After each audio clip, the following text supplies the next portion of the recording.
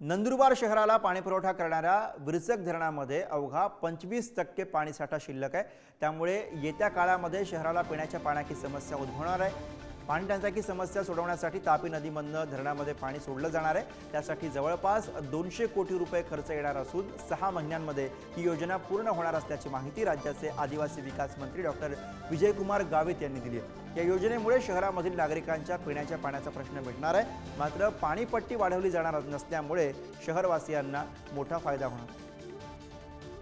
Line हे बऱ्यापैकी टाकली गेलेली आहे। आता या ठिकाणी जे पाणी आपण लिफ्ट करून घेऊन जायचं आहे बुराईकडे, ते घेऊन जात असताना आपल्याला निंबेल धरण आपण त्या ठिकाणी बांधून निंबेल धरणामध्ये टाकायचं आहे। म्हणजे त्याच्या आजूबाजूला आपल्याला जे गावं आहेत, जे काही शेती आहे, त्याला आपल्याला पाणी देता येईल। त्याच्यानंतर जो पुढचा टप्पा आहे तिथे आसाण्याला आपल्याला त्या ठिकाणी पाणी टाकायचं। त्या ठिकाणी आसाण्याला आपण एक धरण बांधतो आहे। तर हे निंबेलचं धरण आणि आसाण्याचं धरण आहे। हे सर्वसाधारणपणे 15 ऑगस्टच्या आजूबाजूला याचं आपण टेंडर या ठिकाणी काढणार आहोत।